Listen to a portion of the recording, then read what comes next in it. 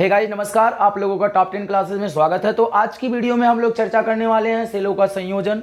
सेलों का संयोजन किस प्रकार किया जाता है, सेलों का संयोजन कितने प्रकार से कर सकते हैं।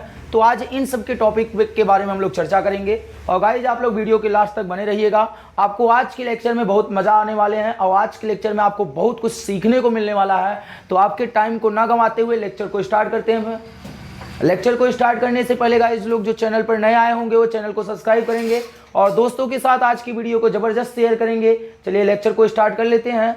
सबसे पहली बात, यहाँ प्रश्न उठता है कि सेलों को संयोजन क्यों किया गया, अर्थात सेलों को क्यों जोड़ा गया। भाई एक सेल से भी तो काम चल जाता था, एक सेल से भी तो धारा प्राप्त हो जाती थी। ध्यान दीजिएगा, हमने पूछा सेलों को जोड़ा क्यों गया, सेलों को क्यों जोड़ने की आवश्यकता पड़ी। तो भैया आओ पता करते हैं कि सेल को जोड़ने की आवश्यकता क्यों पड़ी। जैसे आपने क्या लाया, एक बल्ब लाए, क्या लाए, एक बल्ब लाए और उस बल्ब को आपने क्या किया, जलाना चाहा। आपने उस बल्ब को क्या करना चाहा, जलाना चाहा।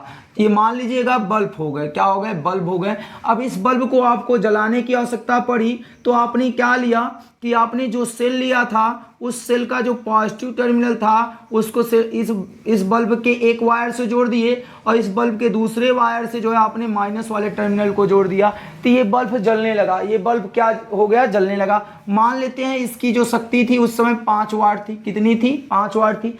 अब आपने बाजार में गया, बाजार गए और बाजार से लेके आए 10 वाट का बल्ब। का लेके आए भैया 10 वाट का बल्ब। प्रश्न यहाँ ये है कि आपने अब बाजार गए और बाजार से बढ़िया वाला जो बल्ब था वो कितने की, जिसकी शक्ति कितनी थी, 10 वाट थी।